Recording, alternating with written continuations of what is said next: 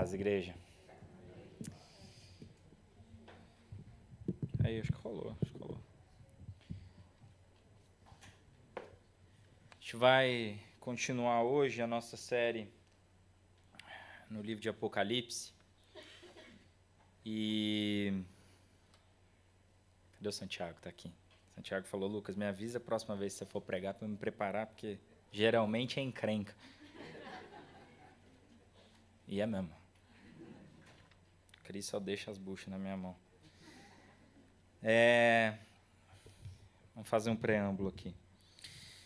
Para quem tem acompanhado, né, então a gente tem feito essa trajetória. E está ficando cada vez mais intensa a narrativa. Né? Então passamos lá pelos selos, depois pelas trombetas. Tivemos um interlúdio ali nos capítulos 10 e 11, falando das duas testemunhas, os 144 mil, aquela confusão toda. E essa narrativa como toda ainda vai chegar ao seu ápice nas próximas semanas, quando a gente passar pelas taças, pela queda da grande Babilônia e o retorno de Cristo e a revelação dos novos céus e da nova terra. Mas hoje, em particular, a gente entra num pequeno bloco do livro de Apocalipse, que começa hoje no capítulo 12 e vai até o 14, e que alguns apontam como sendo o centro da narrativa. Não é o ponto principal, mas é o centro da narrativa pelo próprio conteúdo desses capítulos. Independente de ser fato ou não vou entrar no mérito, são capítulos que vão fazer conosco um exercício. Até agora a gente estava fazendo um exercício que é o que acontecerá nos últimos dias? O que acontecerá nos últimos dias? Ou o que acontecerá nos anos, séculos, milênios antes da volta de Cristo? Aí depende um pouco da sua linha interpretativa. Mas os capítulos 12 ao 14 eles vão fazer a gente olhar um pouco mais do alto e olhar não só o que está acontecendo nos últimos dias, o que acontecerá nos últimos dias, mas olhar o que está acontecendo na história. E vão nos mostrar um conflito entre a Trindade Santa e a falsa Trindade. Falsa Trindade composta por 3 personagens que aparecerão nesses capítulos, que são o dragão, a besta e o falso profeta. Tá? E o capítulo 12, que é o de hoje, vai falar a respeito do dragão. Essa falsa trindade se apresentará nesses capítulos como se levantando em oposição à Trindade Santa, tentando impedir, com todos os seus recursos malignos mais limitados, nós vamos ver isso hoje com calma, mas tentando impedir com todos os seus recursos malignos mais limitados a vinda do Filho e a obra dele na cruz do Calvário. Então, para você se preparar, não só para o sermão de hoje, mas para o sermão das próximas semanas, 3 ou 4 semanas, esses capítulos eles nos exigirão fazer uma reflexão. A pergunta, ou as perguntas que esses capítulos nos exigirão fazer são: o que há por trás de toda e qualquer perseguição contra o povo de Deus? O que há por trás de toda e qualquer perseguição contra o povo de Deus? Por que onde brilha a luz do Evangelho, as trevas se levantam com mais força? Por que onde brilha a luz do Evangelho, as trevas se levantam com mais força? Ou é possível explicar a situação atual da igreja militante, no Oriente e no Ocidente, utilizando apenas categorias políticas e sociológicas? É possível explicar a decadência da igreja em diversas partes do Ocidente, explicando ou utilizando só as ciências humanas? Sim, elas nos ajudam a compreender o que está acontecendo no mundo. Sim, elas nos ajudam a entender por que existe uma ascensão de doutrinas extremistas no Oriente, por que o modo de pensar do Ocidente tem levado a igreja à decadência, mas a pergunta que é, elas são suficientes para explicar isso? Lucas, muito genérico. Tá, mais pessoal então. Por que é tão difícil manter uma vida piedosa? Por que é tão difícil manter uma vida de leitura da palavra e oração? Por que disciplina espiritual chama disciplina espiritual? Por que a disciplina espiritual exige tanta disciplina? Por que congregar é tão complicado? É possível responder essas perguntas utilizando apenas categorias sociológicas e das ciências humanas? A vida em São Paulo é difícil, a vida no século XXI é cada vez mais corrida, morar a 10, 15, 20 quilômetros da igreja desanima. Mas essas coisas são suficientes para explicar o estado da nossa vida espiritual? Apocalipse 12 vai nos ajudar a compreender por que as categorias sociológicas são insuficientes para explicar e responder essas perguntas. Então, sem mais delongas, abra sua Bíblia lá em Apocalipse capítulo 12, nós vamos ler o capítulo inteiro. Tente acompanhar minimamente o fio da meada. É um capítulo cheio de detalhes, idas e vindas. Mas de todas essas indas e vindas, eu quero que você preste atenção em uma coisa que aparece inúmeras vezes nesse capítulo, que são transições entre céu e terra. Preste atenção, céu e terra. Vamos ler. Apareceu no céu um sinal extraordinário. Uma mulher vestida do sol, com a lua debaixo dos seus pés e uma coroa de 12 estrelas sobre a cabeça. Ela estava grávida e gritava de dor, pois estava para dar à luz. Então apareceu no céu outro sinal. Um enorme dragão vermelho, com 7 cabeças e 10 chifres, tendo sobre as cabeças 7 coroas. Sua cauda arrastou consigo 1/3 das estrelas do céu, lançando-as na terra. O dragão colocou-se diante da mulher que estava para dar à luz, para devorar o seu filho no momento em que nascesse. Ela deu à luz um filho, um homem, que governará todas as nações com cetro de ferro. Seu filho foi arrebatado para junto de Deus e de seu trono. A mulher fugiu para o deserto, para um lugar que lhe havia sido preparado por Deus, para que ali a sustentassem durante 1260 dias. Houve então uma guerra no céu. Miguel e seus anjos lutaram contra o dragão, e o dragão e os seus anjos revidaram. Mas estes não foram suficientemente fortes, e assim perderam o seu lugar no céu. O grande dragão foi lançado fora. Ele é a antiga serpente chamado Diabo ou Satanás, que engana o mundo todo. Ele e os seus anjos foram lançados à terra. Então ouvi uma forte voz do céu que dizia: agora veio a salvação, o poder e o reino do nosso Deus, e a autoridade do seu Cristo, pois foi lançado fora o acusador dos nossos irmãos, que os acusa diante do nosso Deus dia e noite. Eles o venceram pelo sangue do Cordeiro e pela palavra do testemunho que deram. Diante da morte, não amaram a própria vida. Portanto, celebrem, ó céus, e os que nele habitam, mas ai da terra e do mar, pois o diabo desceu até vocês. Ele está cheio de fúria, pois sabe que lhe resta pouco tempo.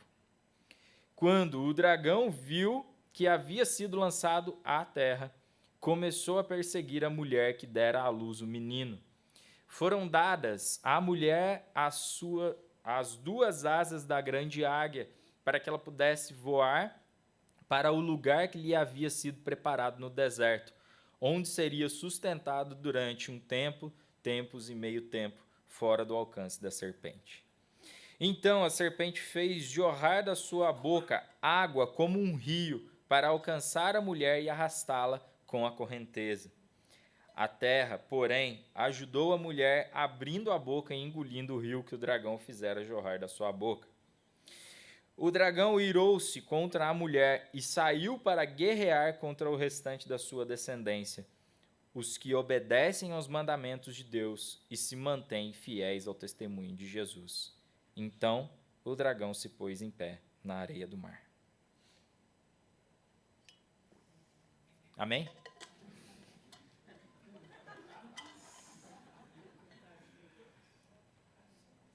Tranquilo. Muito bem. Bom, como eu espero que vocês tenham observado, o texto faz inúmeras transições entre céu e terra, céu e terra, céu e terra. Tem um monte de coisa acontecendo no céu e um monte de coisa acontecendo na terra. A narrativa começa com 2 sinais extraordinários. Uma mulher vestida do sol com uma lua debaixo dos pés e uma coroa de 12 estrelas na cabeça, e um dragão vermelho com 7 cabeças, 10 chifres, tendo sobre as cabeças 7 coroas. A cena é bizarra. A mulher está grávida, prestes a dar à luz, e o dragão está diante dela esperando o neném nascer para devorar o seu filho. O filho, na sequência, é salvo, ele é arrebatado para junto de Deus, e a mulher é levada ao deserto. E isso desvela um conflito nos céus, entre anjos e demônios, entre Miguel e seus anjos e o dragão e seus anjos. E aí o dragão é, por fim, expulso dos céus, lançado à terra, onde persegue com grande ira a mulher e a sua descendência. Esse é o enredo da história. Bom, para a gente tentar destrinchar a coisa e ver o que a gente consegue entender desse texto, eu vou dividir, então, nosso sermão em 2 partes. 2 grandes lições, cada uma delas se desdobram em outras 2. Tá? Então, lição 1, tem ponto 1, ponto 1, ponto 2, depois lição 2, 2.1, 2.2. Fica bem clara a estrutura aí que a gente vai percorrer. Então, vamos lá. Primeira lição. Não subestime o duro confronto que há na realidade espiritual. Não subestime o duro confronto que há na realidade espiritual. Por que eu quero começar com esse ponto? Bom, primeiro porque está na estrutura do texto, mas segundo porque eu preciso começar com uma confissão. Seja pela minha herança teológica e eclesiástica, ou pela minha própria inclinação a um certo racionalismo, a minha inclinação natural é diminuir a importância do que ocorre na realidade espiritual. Isso é uma confissão. Estou falando que eu estou certo. Estou falando que eu estou errado. Essa é a minha inclinação natural. É por isso que eu tentei até fazer uma retrospectiva na cabeça essa semana, e eu acho que poucas vezes eu falei a respeito dessas coisas aqui no púlpito, e poucas vezes falei a respeito de Satanás, demônios e suas ordens. Não por acaso, faz muitos anos que eu li um livro do C.S. Lewis, muito curioso, chama Cartas de um Diabo a Seu Aprendiz, e o primeiro parágrafo desse livro nunca mais saiu da minha cabeça. Como que ele começa o livro? Ele fala o seguinte: nossa raça pode cair em 2 erros igualmente graves, mas diametralmente opostos em relação aos demônios. O primeiro erro é não acreditar na existência deles. O outro é acreditar que eles existem e ter um interesse excessivo por eles. Os demônios ficam igualmente satisfeitos com ambos os erros e saúdam o materialista ou um bruxo com o mesmo prazer. Eu nunca mais esqueci disso. É claro que a minha tendência aqui é ficar no time do materialista que acredita na existência, mas dou pouca importância. Mas eu nunca mais esqueci disso, por quê? Porque, realmente, a maioria de nós tende a cair em um desses 2 pêndulos. Ou não acreditar na existência deles, ou ter um interesse excessivo que não leva a nada. Os 2 erros são igualmente errados, igualmente ruins. E os demônios saúdam com o mesmo prazer aqueles que cometem esses 2 erros. Então, Apocalipse 12 serviu para mim. Apocalipse 12 serviu para mim. E eu espero que sirva para você também, para o seu coração. Há um duro confronto na realidade espiritual. E esse confronto se dá entre o reino de Deus e o reino das trevas. Não estou falando de batalha espiritual. Tenho nem conhecimento para falar a respeito disso. Sei que existe, sei que tem gente que entende disso, mas eu não entendo nada. Então não estou falando sobre isso. Mas quando Apocalipse 12 nos leva a olhar para os sinais no céu, ele nos mostra um intenso conflito entre a mulher e o dragão. O dragão é fácil de entender quem é. O próprio texto diz no versículo 9 que é a antiga serpente, também chamado de diabo e Satanás. Agora, quem é essa mulher? E aí tem uma encrenca instalada. Muita gente, por muito tempo, achou que era Maria. Maria, mãe de Jesus. Afinal, foi ela que deu à luz ao Messias e que passou por esse perrengue todo.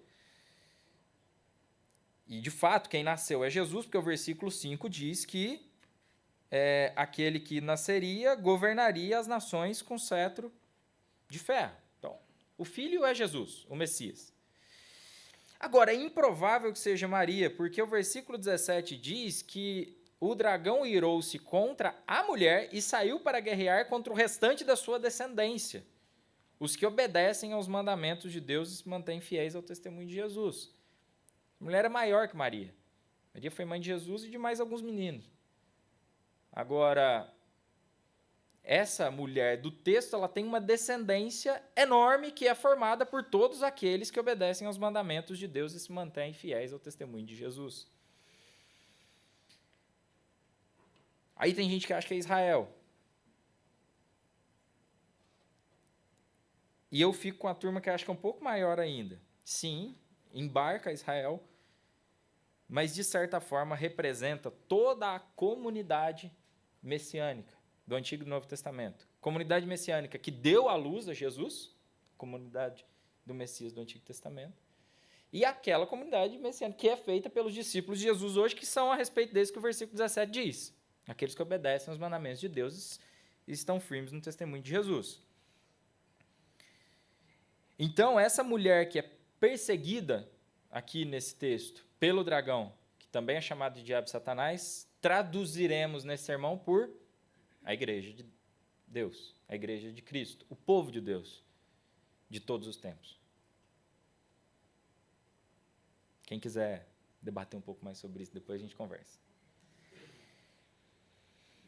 Então, o que Apocalipse 12 relata é um conflito amplo e antigo entre aqueles que fazem parte do reino de Deus, em outras palavras, a comunidade messiânica, e os poderes das trevas, aqui representado pelo dragão, que é a antiga serpente, o diabo e Satanás. Portanto, a primeira lição não vamos perder de vista. Não subestime o duro conflito que há na realidade espiritual. Primeiro desdobramento lá, 1.1. A ira de Satanás contra o povo de Deus é antiga. A ira de Satanás contra o povo de Deus é antiga. Ao falar da serpente, ou ao falar do dragão, o texto nos leva lá para Gênesis capítulo 3. Por quê? O versículo 9 diz que o dragão é a antiga serpente. Quem é essa serpente velha?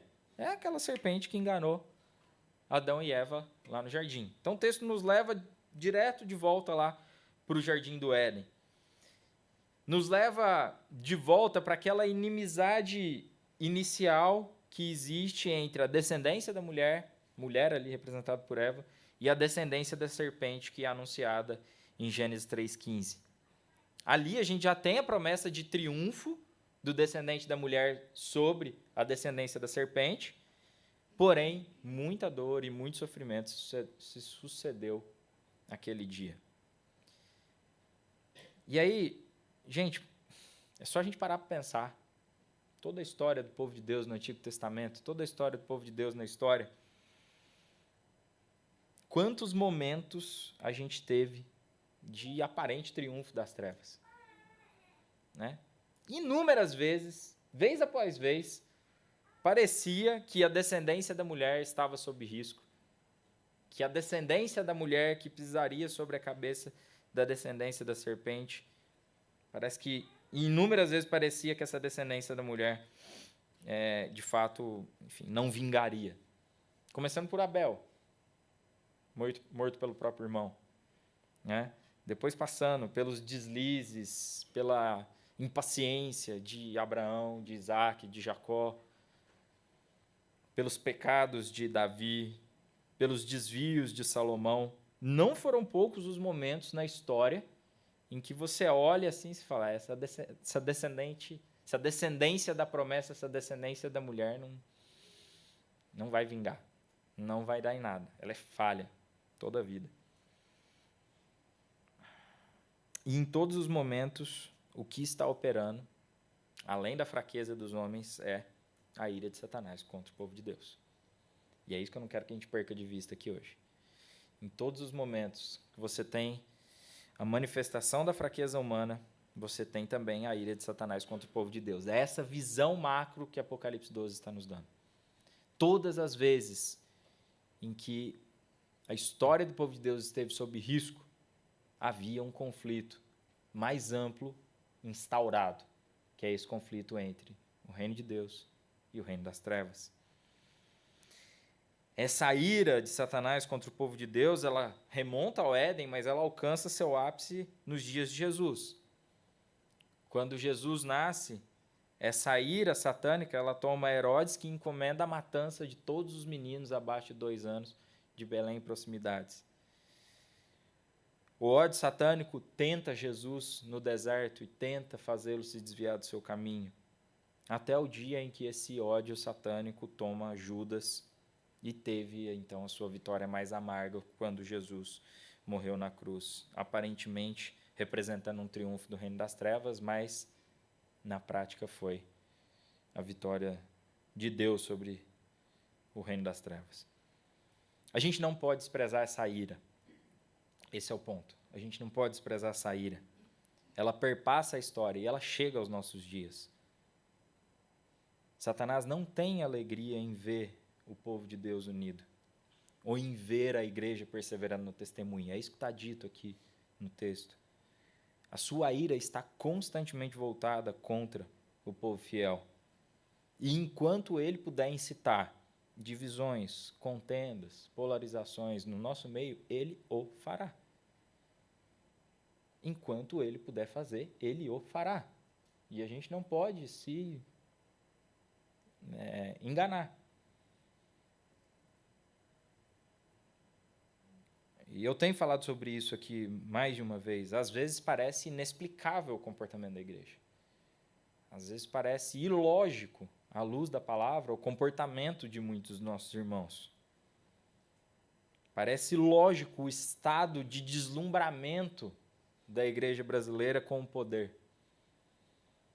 Parece inexplicável o estado de deslumbramento da igreja com a política, com a perversão espiritual que tomou o povo de Deus. E não nos enganemos.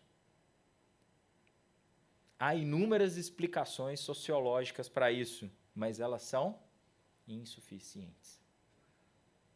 Elas são insuficientes. Você vai ler nos jornais 1000 explicações sobre por que a igreja se deixou deslumbrar com tudo isso que a gente tem visto a igreja deslumbrada. Mas a explicação é insuficiente e limitada. Por quê? Porque ela se limita ao que a gente consegue ver aqui. Apocalipse 12 está dizendo, olha a partir daqui. Há, por trás desse deslumbramento, por trás dessa perversão, por trás desse desvio de rota, a atuação daquele que odeia o Messias e que sempre fez de tudo para destruir a obra de Deus. E esse poder maligno, ele não atua só nas esferas de poder, ele não atua só nos grandes marcos. Esse poder maligno também confronta as nossas vidas e tenta roubar os nossos corações. Esse poder maligno é aquele que tenta desviar o nosso olhar quando a gente está lá vagando tarde da noite pelas redes sociais. É o poder maligno que está fazendo isso conosco. Esse poder maligno, ele tumultua a nossa agenda com inúmeros compromissos inúteis, mas que tomam o nosso tempo e tomam o nosso fôlego. Esse poder maligno deseja a nossa infidelidade no casamento. Esse poder maligno deseja e incita a divisão no meio das nossas famílias. Não nos enganemos. Não subestimemos o duro conflito que há na realidade espiritual.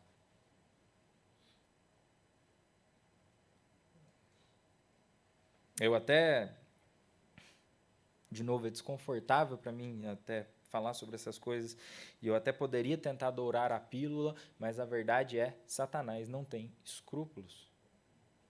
Nunca teve, nunca terá. Então não adianta pedir licença para ele, porque ele não pede licença para nós. Sua ira contra o povo de Deus é antiga, é real e ainda causa grandes problemas no meio do povo de Deus e na nossa própria vida. Não será sempre assim, mas por hora a gente precisa encarar essa realidade. Então, existe um conflito que a gente não pode subestimar na realidade espiritual. O primeiro desdobramento disso é que Satanás tem uma ira antiga contra o povo de Deus, que remonta ao Éden, mas que chega aos nossos dias. Segundo desdobramento, o raio de ação de Satanás é limitado e o seu tempo é curto, e isso explica a sua ira crescente. O raio de ação de Satanás é limitado, o seu tempo é curto, e isso explica a sua ira crescente. E é isso que o texto detalha a partir do versículo 13, principalmente. A razão para tanta ira é simples. O que diz o versículo 10? E não somos só nós que temos conhecimento disso. O versículo 10 diz que quando o diabo foi expulso do céu, houve uma forte voz que dizia: agora veio a salvação, o poder e o reino do nosso Deus e a autoridade do seu Cristo, pois foi lançado fora o acusador dos nossos irmãos que os acusa diante do nosso Deus dia e noite. Não somos só nós que sabemos disso. O diabo sabe que ele já está derrotado pela obra de Cristo na cruz. Agora, isso não o torna menos ativo. Pelo contrário, isso o torna mais ativo, mais raivoso, mais irado. O tempo para a sua atuação é curto. E o próprio raio de ação é limitado. Mas isso não quer dizer que ele tenha desistido. Ao experimentar sua derrota final nos céus, Satanás é lançado à terra, onde ele persegue com todo furor a mulher, a gente vê isso lá no versículo 13, e depois toda a descendência da mulher, é isso que a gente vê lá no versículo 17. Já viram filmes de déspotas, imperadores, ditadores, que quando a batalha está claramente perdida, o que o cara faz? Ele se rende? Não, ele dobra a aposta. É a mesma lógica. A batalha está perdida, o resultado final está anunciado, mas o momento é de dobrar a aposta. O que ele ainda puder fazer para atacar o povo de Deus, ele o fará. Seu raio de atuação é limitado, e eu acho que é isso que significa ele ter sido expulso dos céus. Aí você tem várias correntes teológicas, cada um tentando entender isso de uma forma, mas vamos traduzir tudo isso por seu raio de ação é limitado. Ele não governa a partir dos céus. Nunca governou. Mas definitivamente ele não governa. E seu tempo é curto, porque o dia final chegará, e no dia final Deus derrotará de uma vez por todas os poderes malignos. Resta, portanto, a Satanás derramar sua ira como um rio. É muito forte a linguagem ali dos versículos 15 e 16. Né? É um dragão que não cospe fogo, sai um rio da boca dele. Isso é o livro de Apocalipse. mas ele derrama a sua ira como um rio na tentativa de afogar e desvirtuar a descendência da mulher e a descendência da serpente. Mas a própria terra atua de forma a limitar essa enxurrada. Então, gente, fechando esse primeiro ponto, algumas questões para os nossos corações.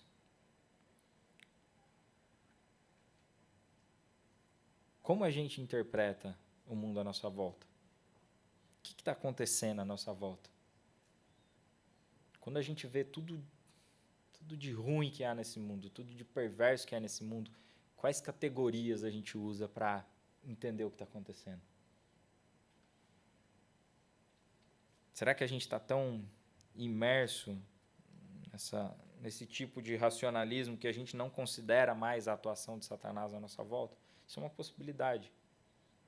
E muitas vezes eu mesmo caio nisso. Quais categorias a gente utiliza para explicar o estado da igreja ou mesmo o estado das nossas próprias vidas? Temos subestimado esse confronto que há na realidade espiritual? Temos subestimado essa ira de Satanás contra o povo de Deus?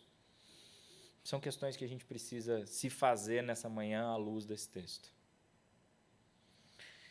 Bom, e aí surge uma segunda questão. Ok, existe um conflito, um confronto duro e real entre Satanás e o povo de Deus. Como é que a gente responde a isso? Então, primeira lição. Há um duro conflito na realidade espiritual que a gente não pode subestimar. Satanás tem uma ira antiga contra o povo de Deus, mas ela é cada vez mais intensa quanto mais se aproxima o tempo final da sua atuação. Segunda lição agora. Não subestime o poder da obra de Jesus na cruz. Não subestime o poder da obra de Jesus na cruz. Curiosamente, a mesma obra que enche Satanás de fúria, a mesma ira que enche Satanás de fúria e de ira, que é a obra de Jesus na cruz. Então, o mesmo evento que enche Satanás de ira e de fúria, que é a obra de Jesus na cruz, essa mesma obra é poder para enfrentá-lo e vencê-lo. Adoro esses paradoxos da Bíblia. A mesma obra que enche Satanás de ira e de fúria é a mesma que nos reveste de poder para lidar com essa ira e com essa fúria.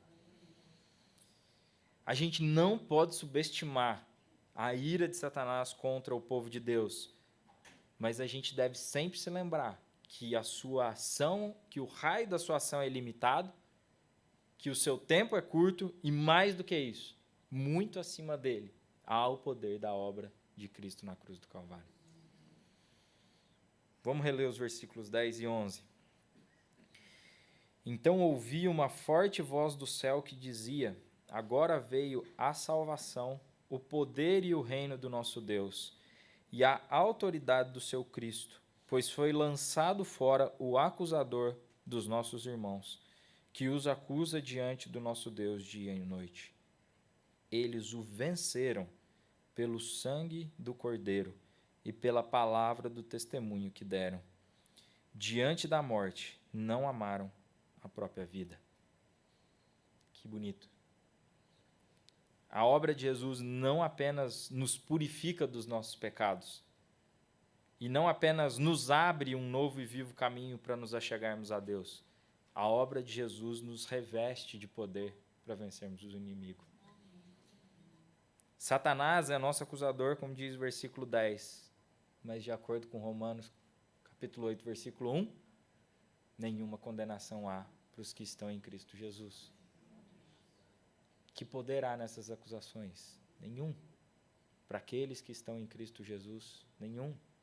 Isso é poder para vencer o inimigo.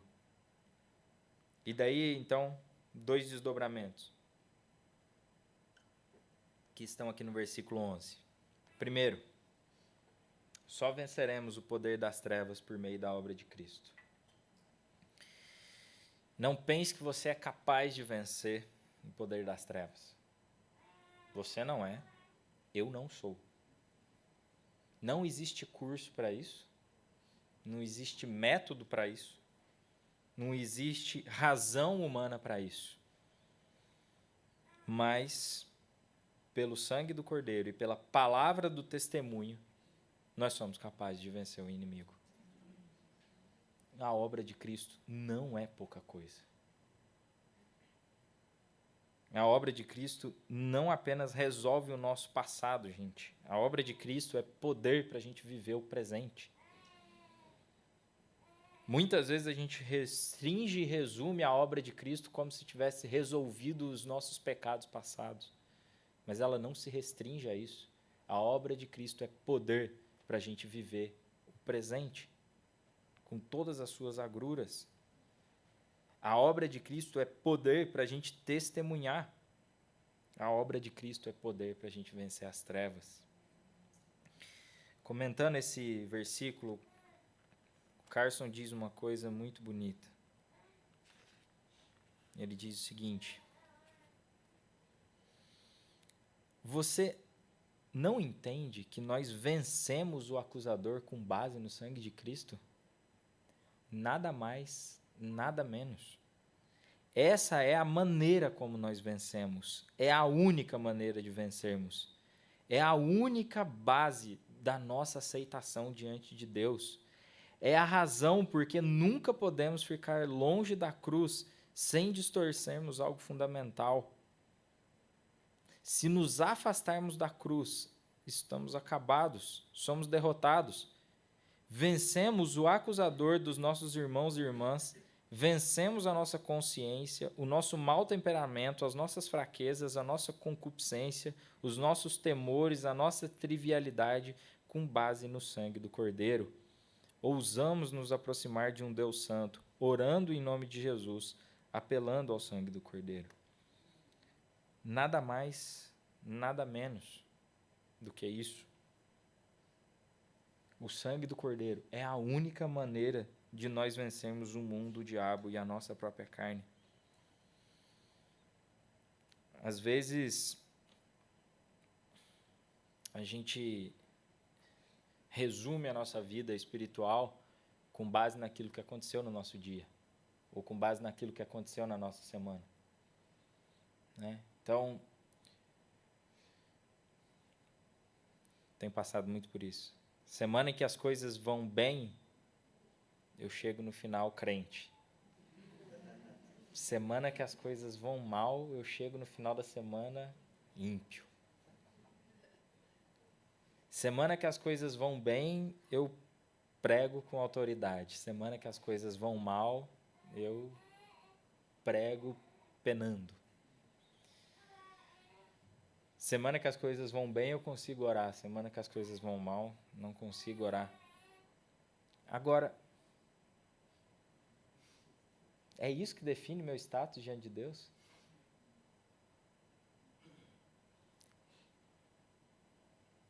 O meu humor define a minha situação diante de Deus?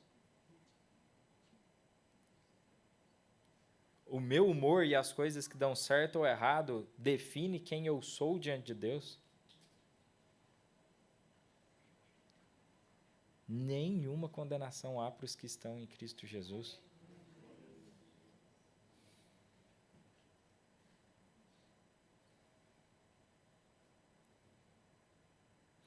Tem nos faltado vigor espiritual? A gente precisa reavaliar nossa doutrina da cruz e da ressurreição. Precisamos repensar o nosso amor pelo Evangelho. Precisamos refletir se a gente não tem deixado de lado os princípios mais elementares da fé. Quantas vezes a gente tem sentido o peso das acusações do inimigo e o fardo do pecado sobre as nossas costas? A gente precisa aprender a responder isso com a palavra de Deus, assim como Cristo respondeu a Satanás no deserto.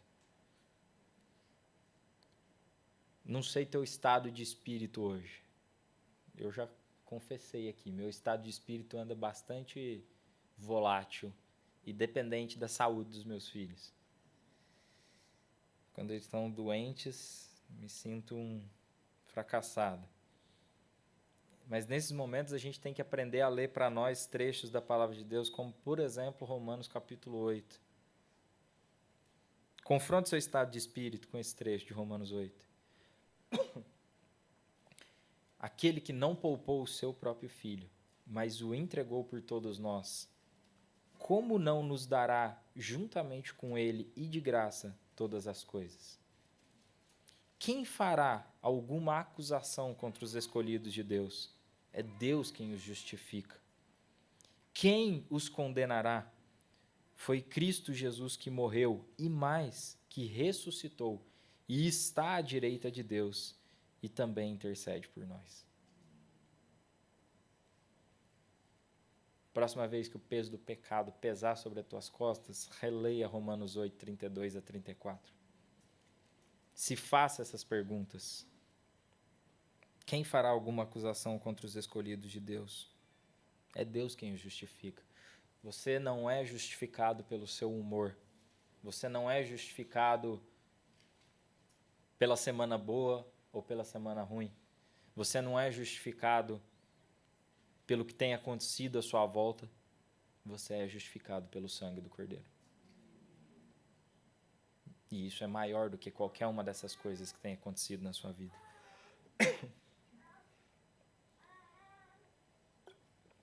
Segundo desdobramento. Então, primeiro, só venceremos o poder das trevas pelo poder que há, ou pela obra de Jesus na cruz. Segundo desdobramento. Amar a Cristo implica em não amar a própria vida. É isso que diz lá o finalzinho do versículo 11. Eles o venceram pelo sangue do Cordeiro, pela palavra do testemunho que deram. Diante da morte, não amaram a própria vida. Veja como segue Romanos 8, a partir do 35. Quem nos separará do amor de Cristo? Será tribulação ou angústia? Ou perseguição, ou fome, ou nudez, ou perigo, ou espada? Como está escrito, por amor de ti enfrentamos a morte todos os dias. Somos considerados como ovelhas destinadas ao matadouro. Mas em todas estas coisas somos mais que vencedores por meio daquele que nos amou. Pois eu estou convencido de que nem a morte, nem a vida, nem anjos, nem demônios, nem o presente, nem o futuro, nem quaisquer poderes, nem altura, nem profundidade, nem qualquer outra coisa na criação será capaz de nos separar do amor de Deus que está em Cristo Jesus, o nosso Senhor. Amém. Nada poderá nos separar do amor de Deus que está em Cristo Jesus. Nem o maior poder das trevas, nem o maior ataque maligno, nada poderá nos separar do amor de Deus que está em Cristo Jesus. E é por isso que a gente despreza a própria vida, porque se a gente perder a nossa vida no martírio, glória a Deus, chegamos mais cedo em casa. Se a gente perder a nossa reputação por amor a Cristo, glória a Deus, porque se manifestou a força dele. Para vencer o diabo, a gente tem que aprender a não considerar as nossas vidas como o nosso bem maior. As nossas vidas não são o nosso bem maior. Nosso bem maior é Cristo e a salvação que ele conquistou para nós na cruz do Calvário.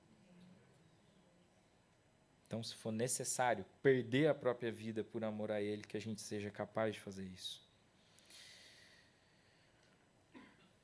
Nada poderá nos separar do amor de Deus. Nada pode tirar de nós aquilo que Deus conquistou por meio de Cristo na cruz. A realidade espiritual é dura. Satanás é o antigo inimigo do povo de Deus. Ele está cada vez mais irado, mais enfurecido, mas é possível vencê-lo por meio daquele que nos amou e entregou a sua vida em nosso lugar. É isso que Apocalipse 12 nos ensina. Vamos orar?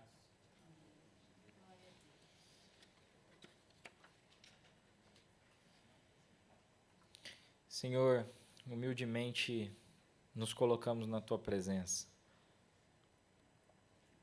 Reconhecemos, ó Deus, as nossas limitações.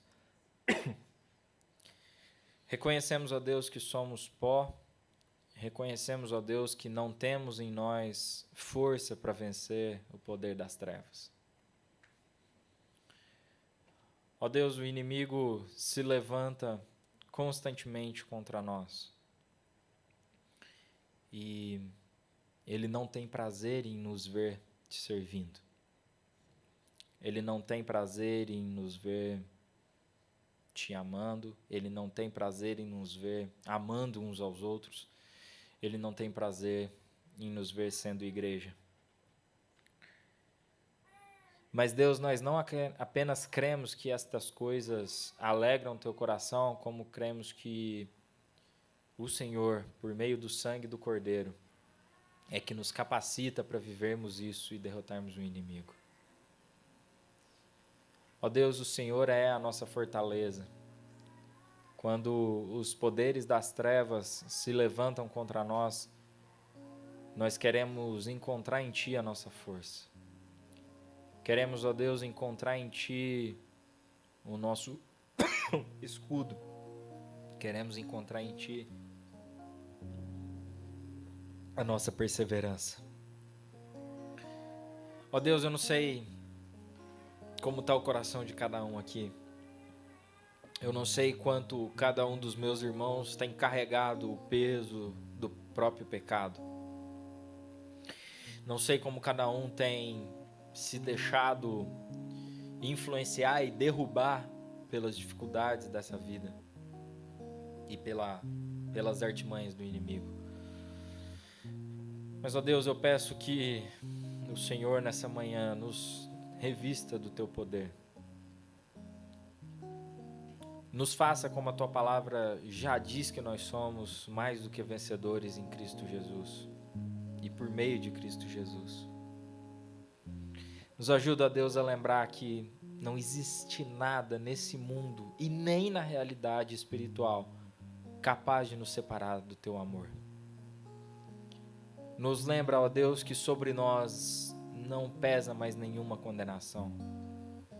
Nos lembra, ó Deus, que estamos absolutamente justificados, purificados, perdoados. Ó Deus, e que essa justificação, esse perdão, essa purificação nos faça viver novidade de vida. Que o sangue do Cordeiro que nos perdoou e nos purificou, que Ele também nos revista de poder para vivermos o dia a dia. Que Ele nos revista de força para viver o dia a dia, para enfrentar o inimigo, para enfrentar a nossa própria carne, para enfrentar as dificuldades do mundo. Precisamos de Ti, ó Deus. Precisamos do Teu amor. Precisamos do sangue do Teu Filho vertido na cruz em nosso favor. É só por Ele que nós vivemos, é por Ele que nós queremos andar e é por meio dEle que nós oramos. Amém.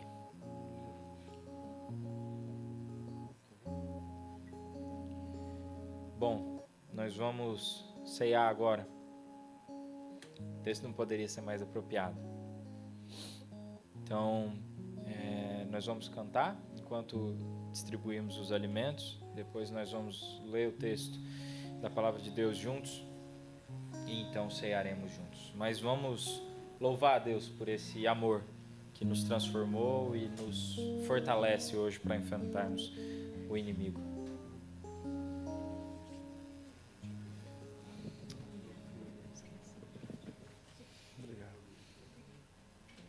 Lucas, vejo que és profeta.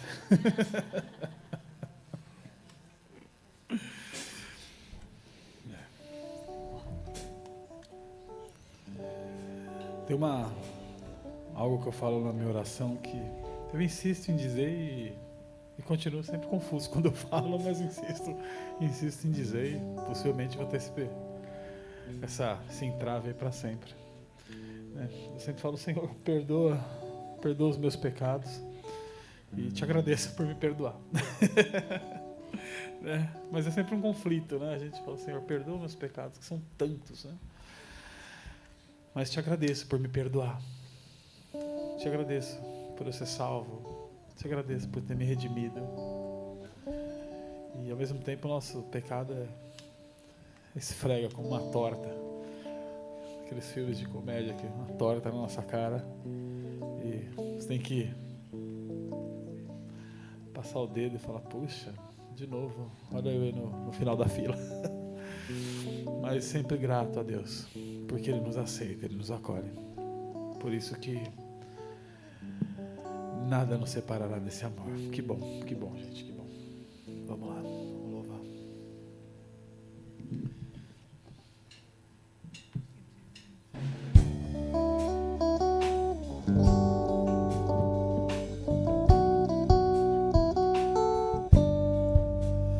Vamos ficar em pé. Vamos esticar o corpo um pouquinho. A uma só voz, vamos todos.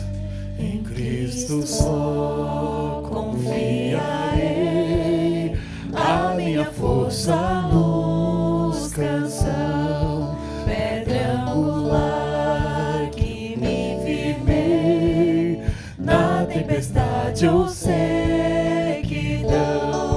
Quão grande amor, profunda paz, lutas e medos ficam pra trás. O meu conforto és pra mim, firme no amor de Cristo, enfim.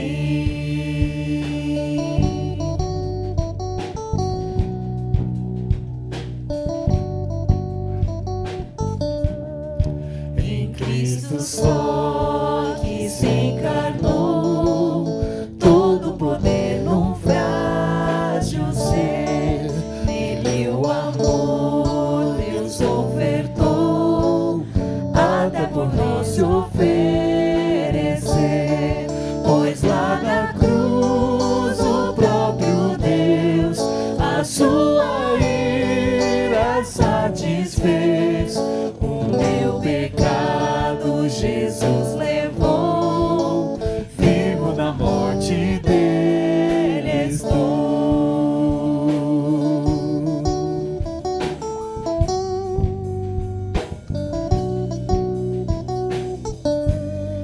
Foi sepultada nossa luz, tragada pela escuridão. Em glorioso dia então, da sepultura ressurgiu e permanece em sua glória. Vitória que nos libertou, pois eu sou dele e ele é meu, pelo seu sangue me comprou. A minha fé e o meu amor estão firmados no Senhor. A minha fé e o meu amor estão firmados no Senhor. A minha fé e o meu amor estão firmados no Senhor. A minha fé e o meu amor estão firmados no Senhor.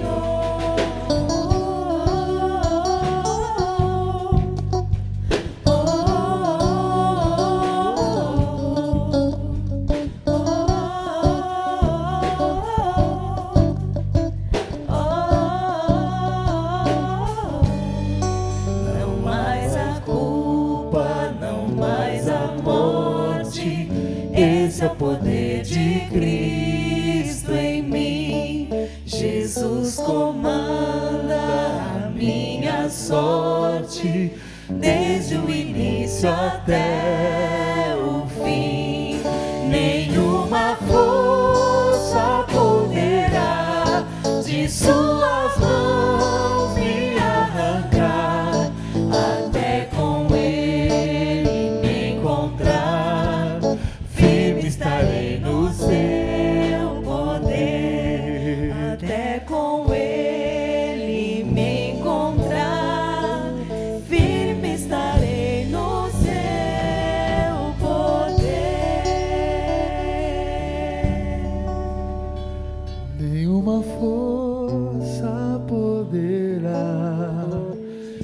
sua mão me arranca, até com ele me encontrar,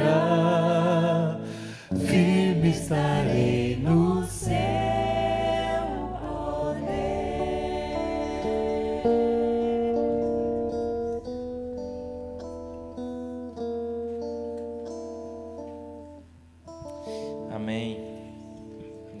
força poderá nos separar do amor de Deus que está em Cristo Jesus. Nenhuma força poderá de sua mão me arrancar. Quando terminei de preparar o sermão, eu mandei uma mensagem para a Adélia, falando: Adélia, pensei em tal música. Ela falou: a gente se preparou para cantar em Cristo só. Eu falei: esquece. Então, esquece o que eu ia dizer. Com tudo isso em mente, vamos ler o que está escrito lá em Mateus capítulo 26, a partir do versículo 17. Quem quiser abrir, tudo bem, se não, só acompanhe a leitura. O texto diz assim: no primeiro dia da festa dos pães sem fermento, os discípulos dirigiram-se a Jesus e lhe perguntaram: onde queres que preparemos a refeição da Páscoa? Ele respondeu dizendo que entrassem na cidade, procurassem um certo homem e lhe dissessem: o mestre diz, o meu tempo está próximo. Vou celebrar a Páscoa com os meus discípulos em sua casa. Os discípulos fizeram como Jesus os havia instruído e prepararam a Páscoa. Ao anoitecer, Jesus estava reclinado à mesa com os 12, e enquanto estavam comendo, ele disse: digo que certamente um de vocês me trairá. Eles ficaram muito tristes e começaram a dizer-lhe um após o outro: com certeza não sou eu, Senhor. Afirmou Jesus: aquele que comeu comigo do mesmo prato há de me trair. O Filho do Homem vai, como está escrito a seu respeito, mas ai daquele que trai o Filho do Homem, melhor lhe seria não ter nascido. Então Judas, que haveria de traí-lo, disse: com certeza não sou eu, mestre. Jesus afirmou: sim, é você. Enquanto comiam, Jesus tomou o pão, deu graças, partiu e deu aos seus discípulos, dizendo: tomem e comam. Isto é o meu corpo. Em seguida, tomou o cálice, deu graças e o ofereceu aos discípulos, dizendo: bebam dele todos vocês. Isto é o meu sangue da aliança, que é derramado em favor de muitos para perdão de pecados. Eu digo que de agora em diante não beberei deste fruto da videira, até aquele dia em que beberei o vinho novo com vocês no reino de meu Pai. Depois de terem cantado um hino, saíram para o Monte das Oliveiras. Notem como Jesus estava firme no poder de Deus. Ele sabia quem haveria de traí-lo. Ele sabia que o seu dia estava próximo. Mas ainda assim ele partiu o pão, bebeu o vinho. Ele estava certo do amor de Deus. E ele nos deixa uma promessa maravilhosa: de agora em diante eu não beberei deste fruto da videira até aquele dia. Até aquele dia em que nós cearemos com ele. Que nós beberemos do fruto da videira de novo no reino do Pai. O que a gente faz aqui hoje é uma antecipação de uma realidade futura. O que acontece no reino espiritual é real, é duro, é verdadeiro. Mas ainda mais real do que isso, ainda mais poderoso com isso, que isso é a certeza que nós temos de que um dia cearemos com ele. Nesse espírito de que um dia nós cearemos com ele, vamos cear agora uns com os outros, comer o pão, beber o cálice, gratos a Deus pelo que ele fez por nós por meio do sangue do Cordeiro.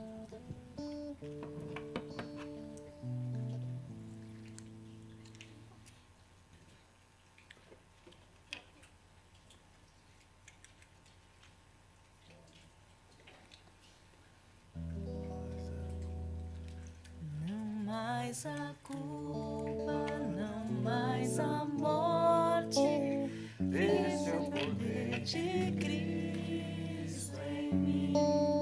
Jesus comanda a minha sorte, desde o início até o fim.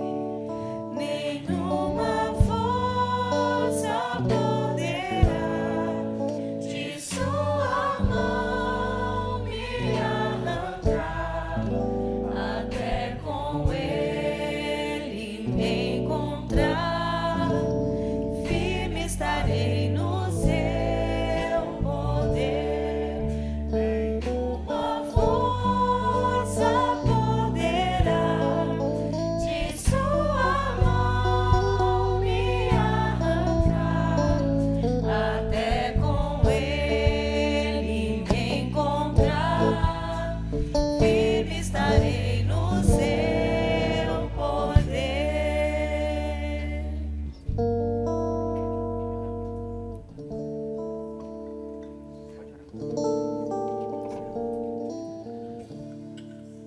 Deus, como é bom estar na Tua presença e perceber que o Senhor passeia no meio da igreja, Deus. Como é bom saber que nós não precisamos Te ver, e mesmo sem Te ver nós cremos, porque a Sua palavra é viva, Sua palavra é a verdade, a lei perfeita que restaura a nossa alma. Muito obrigado, Deus, pelo privilégio de nos cearmos aqui na presença do Senhor, mesmo sem Te ver, ó Deus, sabendo que o Senhor está presente conosco aqui. Não vemos a hora, Senhor Deus, de estarmos diante do Senhor. Enquanto esse dia não chega, Deus, faze-nos fortes em Jesus, para suportar as provas, Deus, e para resistir ao diabo e ver que ele fugirá de nós. É a promessa da Tua palavra, Senhor. Ó Deus, que esse sangue vertido lá na cruz, que nos purifica de todo o nosso pecado, que nos dá essa vitória, Senhor Deus, que Ele seja, Senhor Deus, sempre o nosso lembrete no momento da queda, que a gente se lembre do Cordeiro de Deus que derramou sangue naquela cruz, para perdoar os nossos pecados, Senhor Deus, e assim as vozes malignas se calem, Deus, que as vozes, Senhor Deus, de acusação, de medo, de culpa, de remorso, Senhor Deus, sejam substituídos, Senhor Deus, pela liberdade do arrependimento, o vigor do Espírito. Que nesta manhã, Senhor Deus, nós tenhamos isso claro diante de nós.